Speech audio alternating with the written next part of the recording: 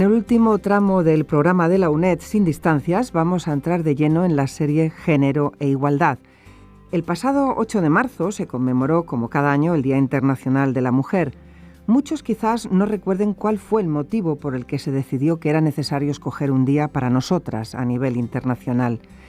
En marzo de 1911 hubo un incendio en una fábrica de confección de camisas de Nueva York, Triangle Shirtwaist. Causó el fallecimiento de 125 trabajadoras que murieron quemadas por inhalación de humo o derrumbes. La mayoría de las víctimas eran jóvenes mujeres inmigrantes de entre 14 y 23 años. La tragedia se debió a la imposibilidad de salir del edificio en llamas, ya que los responsables de la fábrica de camisas habían cerrado todas las puertas de las escaleras y salidas, y era una práctica común para evitar y reprimir los movimientos obreros, ya que las costureras exigían un trato digno como trabajadoras y se encerraron en la fábrica. Ese desastre obligó a realizar importantes cambios legislativos en las normas de seguridad y salud laborales e industriales, y fue el detonante de la creación del importante Sindicato Internacional de Mujeres Trabajadoras Confeccionistas.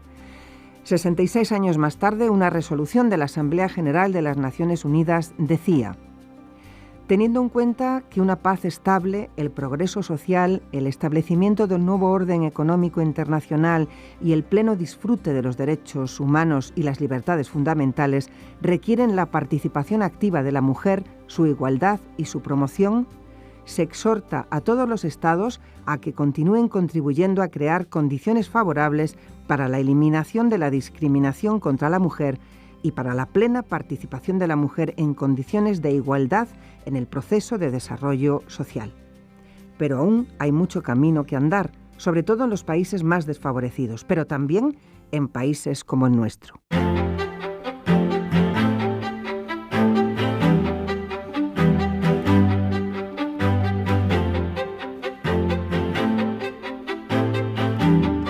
La UNED celebra cada año el Día Internacional de la Mujer y entre diversos actos destacamos la entrega del premio Elisa Pérez Vera. Es un certamen que tiene como objetivo premiar los trabajos de investigación que traten sobre género y feminismo. El premio Elisa Pérez Vera lleva el nombre de la primera rectora de una universidad española, la catedrática de Derecho Internacional Privado, magistrada del Tribunal Constitucional y rectora de nuestra universidad, de la UNED, desde 1982 a 1987, Elisa Pérez Vera.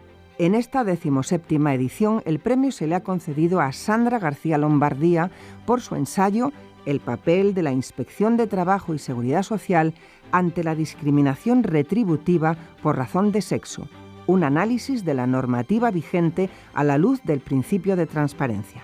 También se ha concedido un accessit a Ignacio Casares García por el trabajo Las políticas de género de la ONU en la consolidación de la paz. Tenemos al otro lado de la línea a Sandra García Lombardía, ganadora del premio Elisa Pérez Vera. Sandra, enhorabuena y gracias por atender nuestra llamada. Muchas gracias a vosotros por llamarme. Sandra es asturiana y alumna de posgrado del Centro de la UNED en A Coruña. En el acto de entrega del premio Elisa Pérez Vera comentaste algo que me encantó porque dedicaste el premio a tu marido, de quien dijiste que es un gran feminista, y a tu hija porque parte del documento lo escribiste durante el final de tu embarazo y lo terminaste durante la baja por maternidad. A ver, Sandra, para romper el hielo, te pregunto, tener un marido feminista ayuda bastante, ¿verdad? ¿Debe ser más fácil la convivencia y el desarrollo de tu carrera o no? A ver, por supuesto. A ver, pero mi marido es de este tipo de personas que no se colgarían nunca etiquetas. Él no se definiría nunca como tal, como feminista. Pero con sus actos demuestra un desapego total hacia los roles tradicionalmente atribuidos a hombres y mujeres. No es que sea un hombre que crea en la igualdad entre hombres y mujeres, es que se comporta como si fuese un hecho indiscutible para él. Y eso, claro, ayuda muchísimo, lo facilita todo. Cuando asumes la idéntica responsabilidad parental, pues el padre que la madre, las tareas domésticas, cuando se apoya o incluso se pone por delante la carrera de tu mujer, eso lo facilita todo. Y por eso yo, se lo dije un poco en serio y en broma, porque creo que se merece ser llamado feminista, pero en el auténtico sentido de la palabra. Sí. Porque hoy en día algunos lo utilizan en un sentido peyorativo, completamente deformado, Y un feminista, si acudimos al diccionario, sin más, es aquel que sencillamente reivindica la igualdad de derechos para hombres y mujeres y que realmente no existen roles específicos inherentes a ninguno de los sexos que predeterminen el lugar que tienen que ocupar en la sociedad. Ujú. Claro, muy bien. Bueno, pues felicidades también por ese tema. Comentaste también que el grado de igualdad entre hombres y mujeres de un país resulta perfecto para medir el desarrollo de ese mismo país. Después de todo lo que has estudiado, analizado y escrito, y aunque vamos a profundizar en el tema a lo largo de la entrevista, ¿consideras que nuestro país tiene un grado de igualdad digno o estamos lejos todavía? Hombre, desde luego, no me atrevería a decir que es indigno, porque que casi me parece demasiado, pero desde luego hace falta profundizar mucho más. Las cifras de la encuesta de población activa, del Instituto Nacional de Estadística y las que las propias instituciones comunitarias de la Unión Europea nos aportan todos los años lo demuestran, y son cifras que luego podemos comentar un poquito. Además, la situación sociolaboral de la mujer, que en la práctica nos encontramos, los juristas que nos dedicamos a este tema, dista mucho de la perfección, sobre todo en temas relacionados con el embarazo, con la maternidad, con los salarios y con la promoción profesional, que también es un tema bastante complicadillo para las mujeres. Sandra, has comentado que eres jurista. Háblanos un poquito de ti. ¿Tienes alguna vinculación con la UNED? ¿Has sido alumna? ¿Sigues siendo alumna de doctorado, por supuesto, de tercer grado? Cuéntanos algo. Bueno, yo me licencié en Derecho por la Universidad de Oviedo, porque soy asturiana. Soy de allí de Oviedo, y profesionalmente soy inspectora de Trabajo y Seguridad Social de carrera. Me especialicé como jurista y como inspectora en el tema de la igualdad de género en las relaciones laborales. Nosotros dependemos del Ministerio de Empleo y Seguridad Social, y el Ministerio nos proporciona a los inspectores que nos dedicamos específicamente a esto una formación específica bastante buena y considerable, pero yo quise profundizar un poquito más y me matriculé en el Máster de Igualdad de Género de la UNED, con mucho aprovechamiento, me gustó mucho y me sirvió de mucho. Y bueno, ahora sigo vinculada a la UNED, estoy haciendo otro curso, no es un máster porque tiene una carga lectiva inferior, es un título de experto universitario en jurisdicción social, y espero seguir vinculada a la UNED pues con los estudios de doctorado, ¿no?, que estoy empezando. Pues este trabajo se marca dentro de lo que sería un contexto más amplio, que es el de mi tesis doctoral. Parte del título de tu ensayo, de este ensayo premiado con el premio Elisa Pérez Vera, dice: el papel de la Inspección de Trabajo y Seguridad Social ante la discriminación retributiva por razón de sexo. ¿Cuál es realmente el papel de la Inspección de Trabajo y Seguridad Social? Mira, la Inspección de Trabajo y Seguridad Social, cuando se creó, que fue por allá por 1903, más o menos, si no me equivoco, pues no había legislación laboral. Realmente el derecho del trabajo es un derecho muy jovencito, que se ha formado todo a lo largo del siglo XX, y se creó con la misión de preparar la legislación de trabajo. O sea, los primeros inspectores, iban realizando trabajo de campo, examinando las concretas condiciones de trabajo y determinaban en qué había que intervenir, ¿no?, en qué tenía que intervenir el legislador, y lo plasmaban todo en unas memorias, que son unos documentos históricos súper interesantes para los que nos dedicamos a esto, y se elevaban al ministro correspondiente, que era el que iba preparando la legislación laboral atendiendo a ellas, ¿no?, en las Cortes, etcétera, etcétera.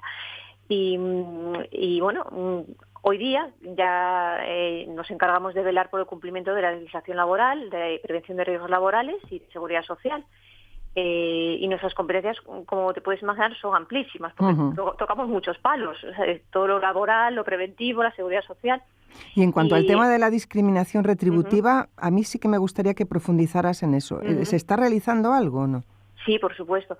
Es que entre todos esos palos que tocamos mucho está el tema de velar por la prohibición de discriminación en el ámbito laboral, tanto en el acceso al empleo, en la promoción profesional, en el acceso a las medidas de conciliación, en las materias retributivas.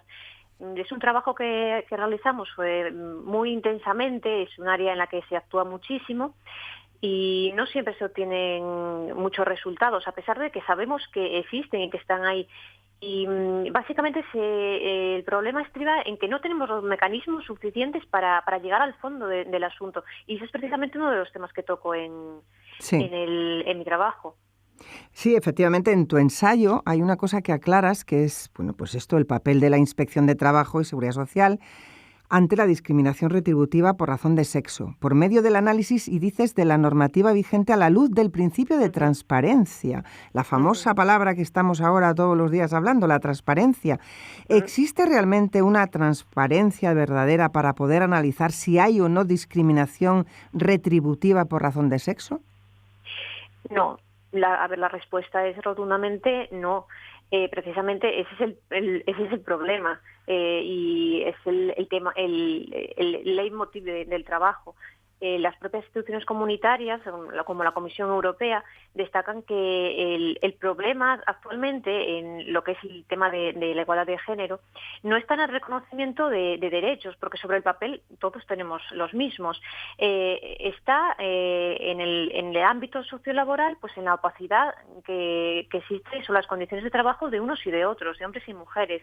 Es donde se encuentra el problema, y para poder combatirlo es fundamental transparentar las estructuras salariales, las estructuras de los niveles jerárquicos también en la empresa, porque son muy importantes de cara a analizar la promoción profesional de unos y de otros, y mejorar los cauces de información a los trabajadores y a sus representantes sobre todas estas materias, Ujú. sobre los niveles salariales, sobre los niveles jerárquicos, las gerencias, las jefaturas, los criterios y los procedimientos de ascenso, qué es lo que se tiene en consideración. Sí, sí. Quiero que te mojes más todavía. Sí. Bajo tu punto de vista, ¿hay igualdad de oportunidades e igualdad de trato entre hombres y mujeres en asuntos de empleo en nuestro país? A ver, como te digo, sobre el papel sí. El problema es que en la práctica muchas veces las mujeres se ven perjudicadas en el acceso al empleo, en sus condiciones laborales, en sus condiciones retributivas, pues cuestiones relacionadas con el embarazo, con la maternidad, tienen salarios inferiores. De hecho, existen trabajos de investigación muy, muy buenos que demuestran cómo en los años 90 pervivían situaciones discriminatorias, de discriminación retributiva en los convenios colectivos, ¿no?, de trabajo que se aplican en cada sector. A día de hoy, en algunos sectores, siguen subsistiendo esas diferencias, no ya en los convenios colectivos, que sería algo como muy descarado, pero sí a través de complementos voluntarios que las empresas dan a determinados trabajadores, y de los que no se da publicidad alguna porque no están obligados a publicitarlo de ninguna manera. Y esto es lo que nos encontramos realmente en la práctica de los inspectores de trabajo, Ujú. que existen diferencias retributivas, complementos que se abonan a hombres. Curiosamente, en ciertos sectores en los que tradicionalmente se había constatado esas situaciones discriminatorias en normas convencionales, etcétera, etcétera, y que los propios trabajadores ni siquiera saben que hay trabajadores que están cobrando por hacer el mismo trabajo, que están cobrando más que ellos. Eso por falta de transparencia, por supuesto. Por supuesto, es que todo está conectado con el problema de la transparencia. Ujú. Bueno, y esa brecha salarial, tú has estado manejando montones de Ujú. cifras. Sí, mira, la brecha salarial es un concepto muy amplio, porque abarca lo que es la diferencia bruta que existe entre los salarios percibidos por hombres y mujeres, pues en una determinada región, en un determinado país o a nivel comunitario, por ejemplo, a nivel de Unión Europea, y obedece a distintas causas. Brecha salarial y discriminación retributiva no es lo mismo. La discriminación retributiva es una de las causas de la brecha salarial, pero hay otras también. La discriminación retributiva, en sentido estricto, es sencillamente te pago menos por ser mujer porque minusvaloro tu trabajo, sin Ujú. más. Pero también otras causas, como es lo que denominamos nosotros la segmentación horizontal del mercado de trabajo, que viene a ser que en determinados sectores muy feminizados, como puede ser, por ejemplo, aquí en Galicia, que es donde yo trabajo, pueden ser el sector de las conservas, el sector textil, son sectores muy feminizados. Se observa que ya en los propios convenios colectivos los salarios son muy bajos, y si los comparásemos con otros de sectores más masculinizados ocupados por hombres, como por ejemplo la siderurgia, determinados puestos, y analizásemos realmente el valor del trabajo de unos y de otros, llegaríamos a la conclusión de que no se ve justificado que ganen la diferencia retributiva entre unos y otros atendiendo a criterios objetivos como es la responsabilidad, la especialización, la penosidad del trabajo, la carga mental, la atención que requiera. Entre muchos otros, que criterios objetivos y neutros. Uh-huh. Yo imagino... También, sí, perdón, dime, sigue. Hay otras, la brecha salarial también puede obedecer a otras causas, como es también la segmentación vertical. Es decir, que existen muchas menos mujeres en puestos directivos o niveles jerárquicos más altos de las estructuras empresariales y de las administraciones públicas. Y sobre esto hay datos que son realmente demoledores, que si quieres luego los comentamos un poquito. Y finalmente la brecha salarial también obedece a problemas de conciliación que demuestran que la mujer sigue asumiendo en mayor medida el trabajo en casa, el cuidado de los familiares y de los hijos y el trabajo fuera de casa. Sí, desde luego. Compatibilizarlo de alguna manera. Claro. Y háblame entonces de esos datos demoledores. Bueno, vale. En primer lugar, la brecha salarial, la Unión Europea, en los últimos informes la sitúa en el 16,3%. Significa que las mujeres, de media, ganan un 16,3% menos que los hombres. El Instituto Nacional de Estadística, en 2013, la situó en el 16,4% en España. España no es de los peores países de la Unión Europea en este tema. Están aún peor Malta, Italia, Grecia, que tienen unas diferencias son mucho más brutales, de casi rayanas en el 30%. Alemania y Austria también están por ahí, y por ahí también está España, ¿no?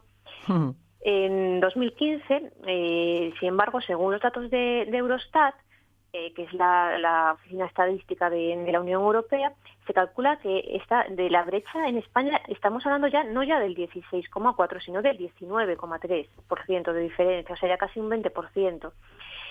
Y, hombre, como te digo, esto puede obedecer a muchas de estas razones, como es la discriminación retributiva en sentido estricto, que aunque parezca mentira y algunas personas no se lo crean, la seguimos encontrando en la práctica. Es verdaderamente muy doloroso. A la segmentación vertical, como te decía, el hecho de que hay muchas menos mujeres en puestos directivos que los hombres. Por ejemplo, en los datos de 2012 que publicó el Instituto Nacional de Estadística en porcentajes,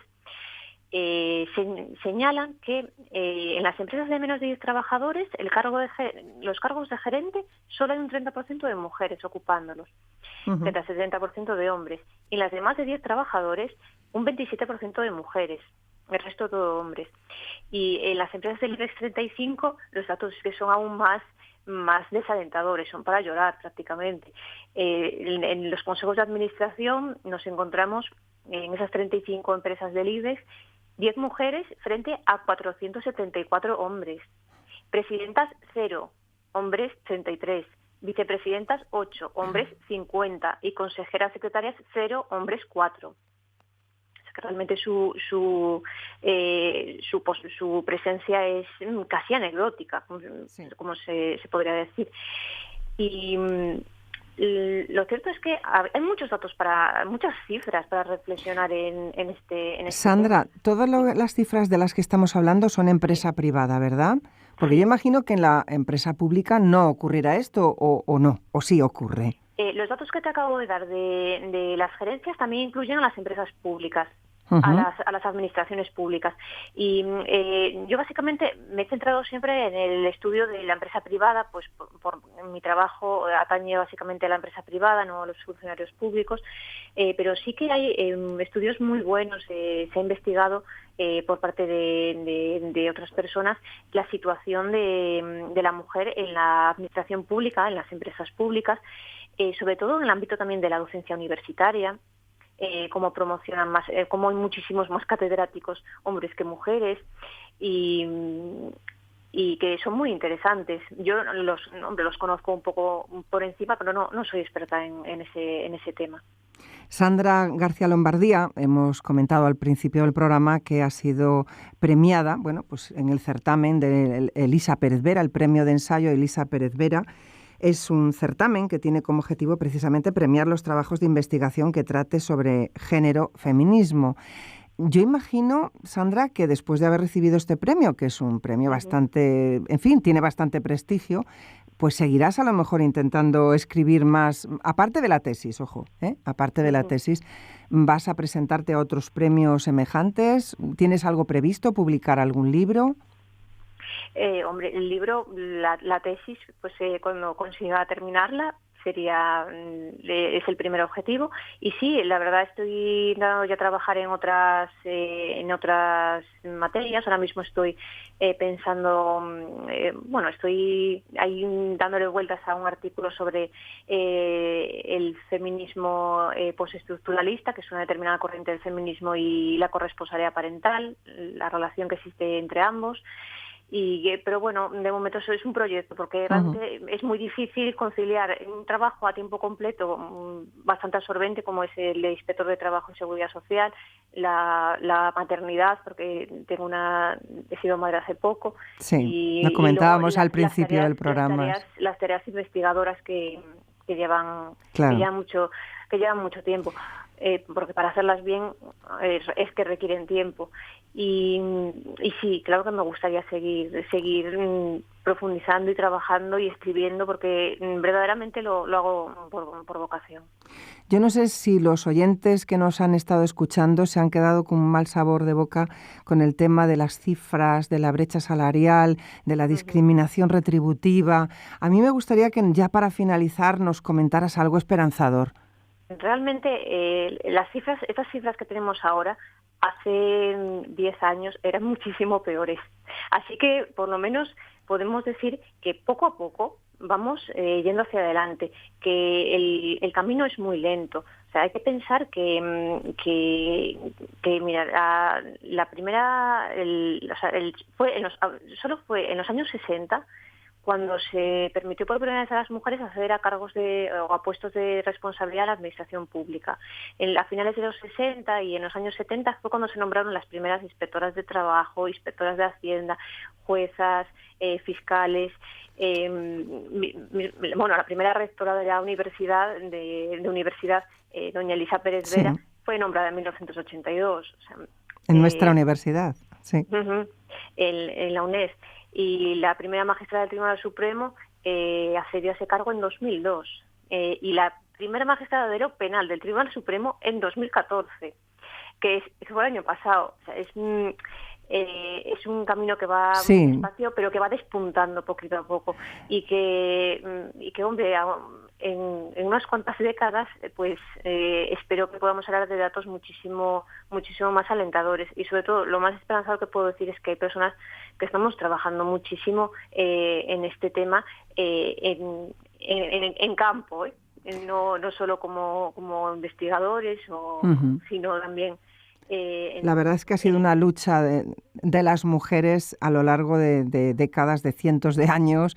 En fin, hace poco que empezamos a votar, hace poco que empezó la primera académica de la lengua y todo así. Pero bueno, yo creo que entre una cosa y otra, unas personas y otras, al final, pues algo se está haciendo, se está logrando.